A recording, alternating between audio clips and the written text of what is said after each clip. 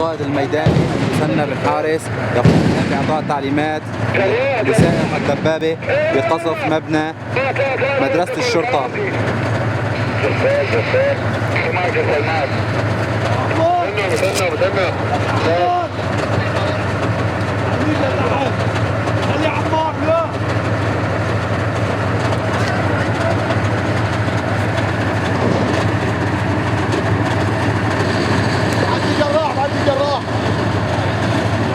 القائد الميداني مصطفى الشامي يقوم الآن بإعطاء تعليمات لقادة الدبابة.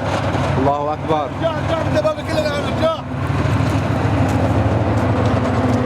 الله أكبر. كتائب الإسلام كتيبة المثنى بن حارس اقتحام مدرسة الشرطة والكابلات السورية في حلب.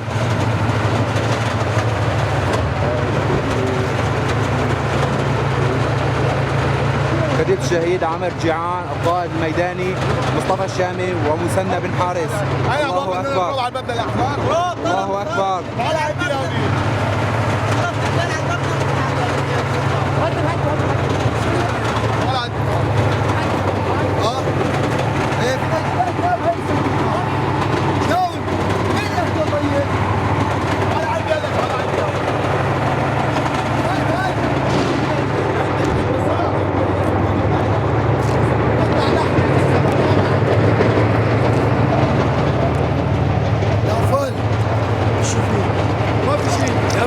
انت خليك جالس على 14 شرطه يا اخوان، خليك راكب عليه.